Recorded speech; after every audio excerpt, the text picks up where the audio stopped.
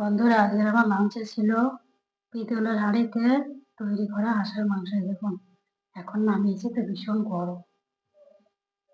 এতটা ভালো লাগবে না বন্ধুরা আজকে। এই দেখুন রসুনটা ভীষণ গরম। এই পিতলের হাঁড়িতে রান্না করেছি। অনেকদিন থেকে ইচ্ছা ছিল। এই হাঁড়িটা আমার একটা বন্ধু দিয়েছে, তা বলেছিল দিয়ে বিরিয়ানি খাস রান্না করে।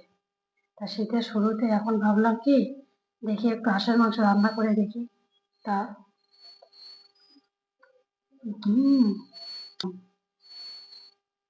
এতটা ভালো হয়েছে না, খুব গরম। মাংসটাকে এখন নামিয়েছি তো একদম সব সিদ্ধ হয়ে গেছে একদম হাঁড়িতে। এই দেখুন,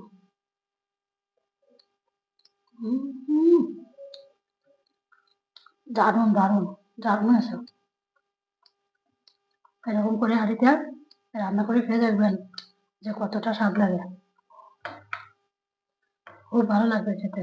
তার সাথে এরকম একটা পেঁয়াজের ফালি নিতে হবে।